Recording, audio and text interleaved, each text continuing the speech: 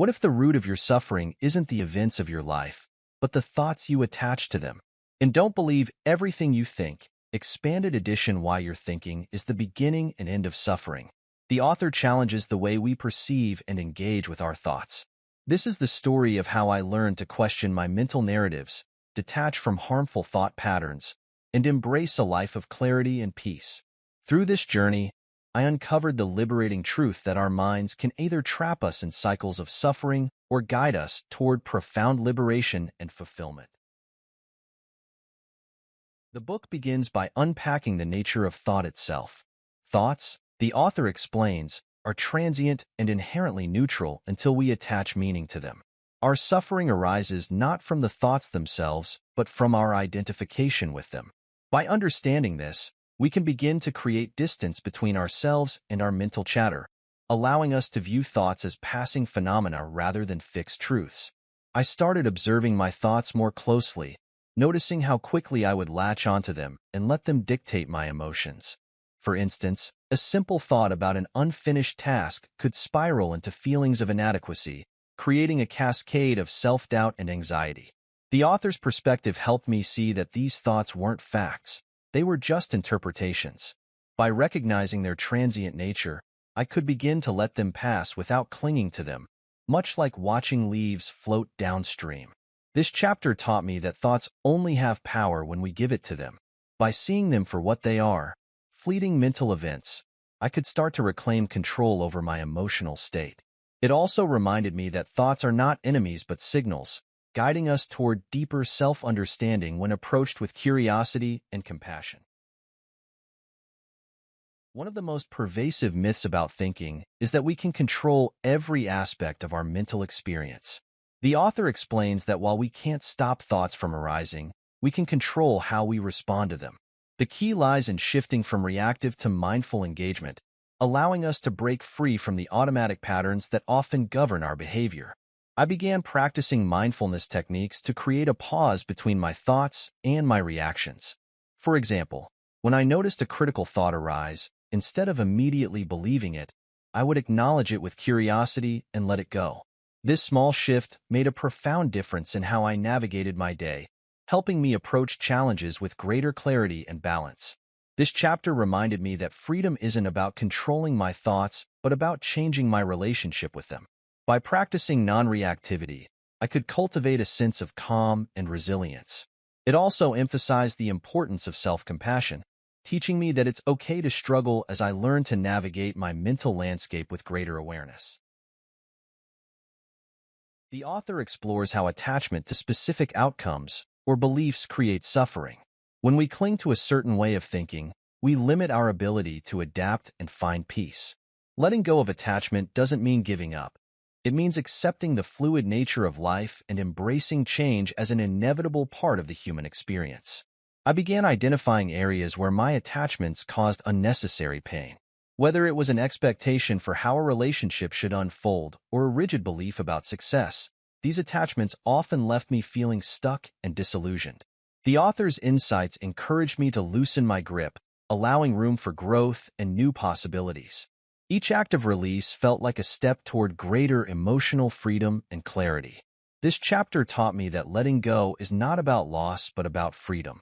By releasing attachments, I could create space for greater clarity and joy.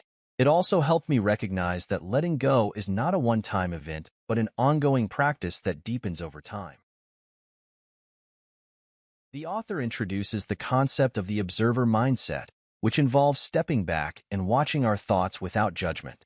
This shift allows us to see thoughts as separate from our identity, reducing their emotional impact and giving us the freedom to choose our responses rather than reacting automatically. I started cultivating the observer mindset through meditation and reflective practices. Whenever I felt overwhelmed by a thought, I would visualize myself watching it from a distance, like a cloud passing in the sky or a wave rolling onto the shore. This perspective helped me detach from the intensity of my emotions and respond with greater equanimity, creating a sense of spaciousness within my mind. This chapter reminded me that I am not my thoughts, I am the observer of them. By embracing this mindset, I could navigate life with greater clarity and balance. It also reinforced the idea that detachment doesn't mean disconnection, but rather a deeper connection to the present moment and to my true self. The stories we tell ourselves shape our reality. The author explains that many of these narratives are outdated or untrue, perpetuating cycles of self-doubt and fear. By rewriting these stories, we can align our thoughts with our values and aspirations, creating a mental framework that supports growth and resilience. I began questioning the narratives I had internalized over the years. For instance, instead of thinking, "I'm not good enough," I reframed it as, "I am constantly growing and improving." These small shifts in language had a profound impact on how I viewed myself and my potential. Each rewritten narrative felt like a step toward reclaiming my inner strength and confidence. This chapter taught me that we have the power to rewrite our mental scripts. By choosing narratives that empower us, we can create a more fulfilling and authentic life. It also highlighted the importance of self-awareness in identifying which stories no longer serve us, paving the way for meaningful transformation. Detachment, the author explains, is not about indifference, but about freedom. It's the ability to engage with life fully while remaining unattached to specific outcomes. This practice helps us stay grounded and present, even in the face of uncertainty and change. I started practicing detachment by focusing on the process rather than the result. Whether it was working on a project or navigating a challenging conversation, I reminded myself that my worth was not tied to the outcome. This mindset brought a sense of ease and allowed me to approach situations with openness and curiosity, free from the weight of expectations. This chapter reminded me that true freedom lies in detachment.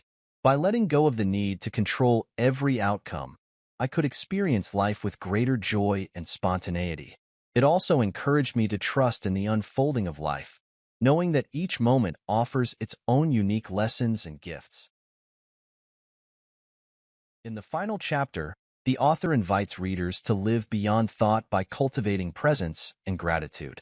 By focusing on the here and now, we can transcend the limitations of our minds and connect with a deeper sense of purpose and peace. This practice allows us to move from overthinking to fully experiencing life. I began integrating moments of stillness and gratitude into my daily routine. Simple practices, like pausing to appreciate a sunset, savoring a meal without distractions, or taking deep breaths during moments of stress, helped me anchor myself in the present. These moments reminded me that life's richness lies not in overthinking but in experiencing. This chapter taught me that living beyond thought is about embracing the present moment. By letting go of mental noise, I could find a profound sense of peace and fulfillment. It also inspired me to approach each day with curiosity and gratitude, recognizing the beauty in life's simplest moments. Don't believe everything you think taught me that my thoughts are not my reality. They are simply tools for navigating it. By questioning my mental narratives, embracing detachment, and cultivating presence, I discovered a path to freedom from suffering. How can you begin to shift your relationship with your thoughts today? Remember, the journey to peace starts with a single realization. You are not your thoughts, but the observer of them. With each step, you move closer to the freedom, clarity, and joy that await on the other side of overthinking.